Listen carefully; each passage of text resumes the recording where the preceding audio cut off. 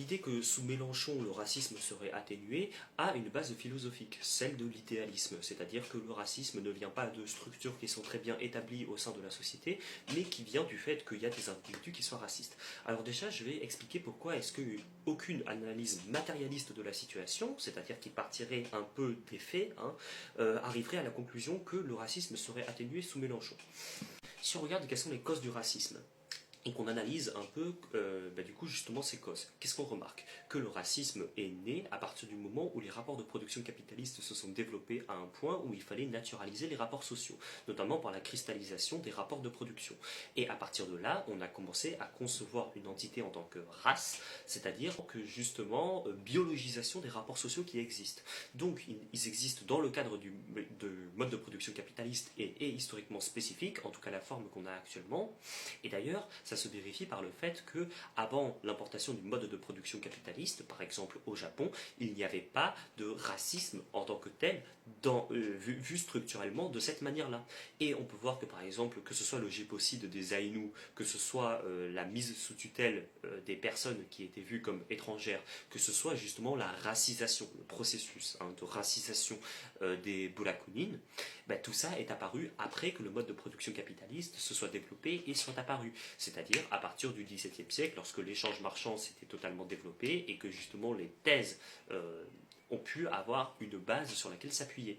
Et on peut le voir dans d'autres pays également. C'est-à-dire que le fait de justifier socialement la structure, ça a pour but, enfin comme si tu veux, comme ossature, le capitalisme en tant que mode de production.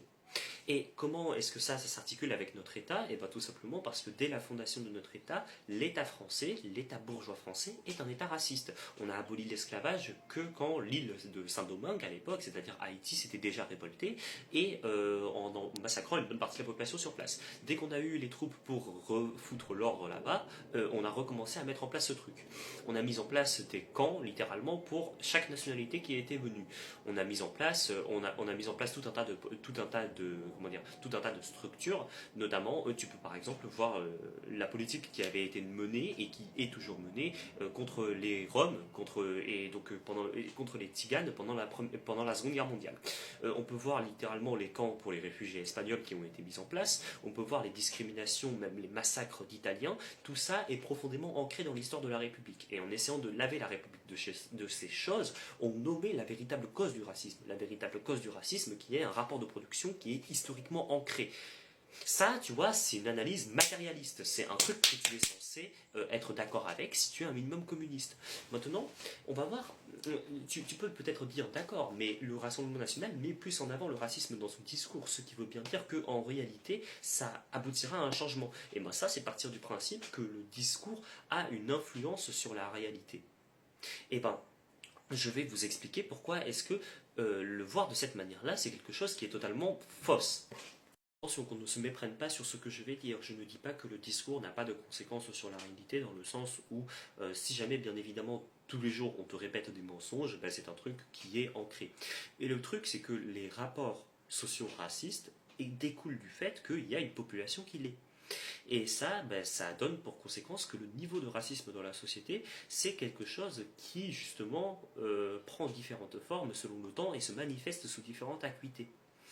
Maintenant, est-ce qu'un gouvernement social-démocrate empêche ce truc? Eh bien, on peut voir que non. Pourquoi? Parce qu'il ne s'attaque pas aux rapports qui mettent en place ce truc. Genre, les rapports racistes ne sont pas remis en cause par la social-démocratie. C'est d'ailleurs tout l'inverse. Quand tu regardes lorsque les sociaux-démocrates ont été au pouvoir, ils ont renforcé cette chose. Tout simplement parce que c'est quelque chose qui est consubstantiel à l'organisation du mode de production capitaliste et au salariat en général. Et ça, on peut le voir par le fait que, justement, au Danemark, tu as littéralement des sociodémocrates qui sont au pouvoir, ils mènent une politique raciste. Tu as en Angleterre le Labour, qui est l'équivalent du parti de Macron, qui mène une politique raciste.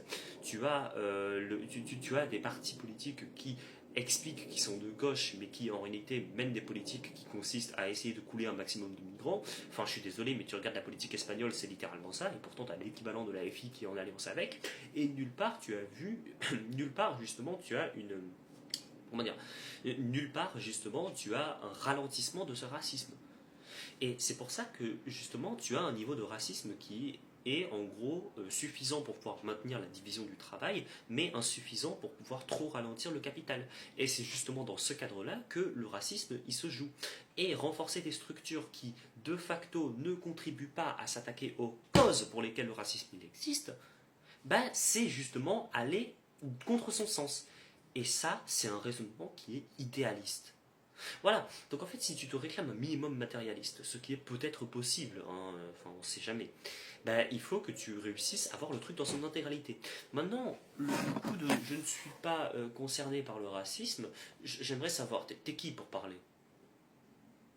Genre, bon, admettons, mais dans ce cas-là, tu n'as pas beaucoup suivre ma chaîne, je suis désolé. Enfin, les commentaires racistes, j'en prends 3 à la douzaine.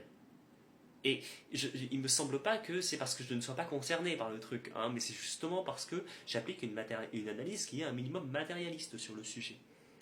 C'est-à-dire que l'antiracisme de la France insoumise, c'est un antiracisme idéaliste. Et ce faisant, il détourne les personnes qui pourraient vraiment mener des actions antiracistes de justement la mise en place de quelque chose avec une quelconque efficacité. Et à la fin, ben, ça arrive à la conséquence qu'une fois qu'ils seront au pouvoir, ben, tu vas voir que ces rapports ne vont pas diminuer du tout et que la France insoumise va même soutenir des trucs qui vont aller dans ce sens-là.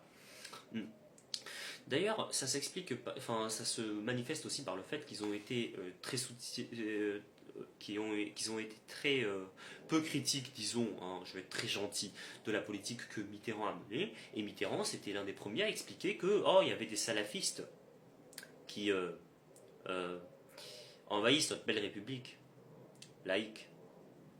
Ouais, c'était en 80, souvenez-vous. Non, je crois 82, il a fait manutentionnaire algérien. Bon, enfin bon, venez en commentaire, je vous passe les sources et puis voilà. Bref.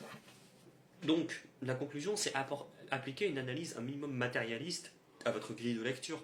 Comme ça, vous éviterez justement de soutenir des sociodémocrates. Et ça, sur à peu près tous les sujets.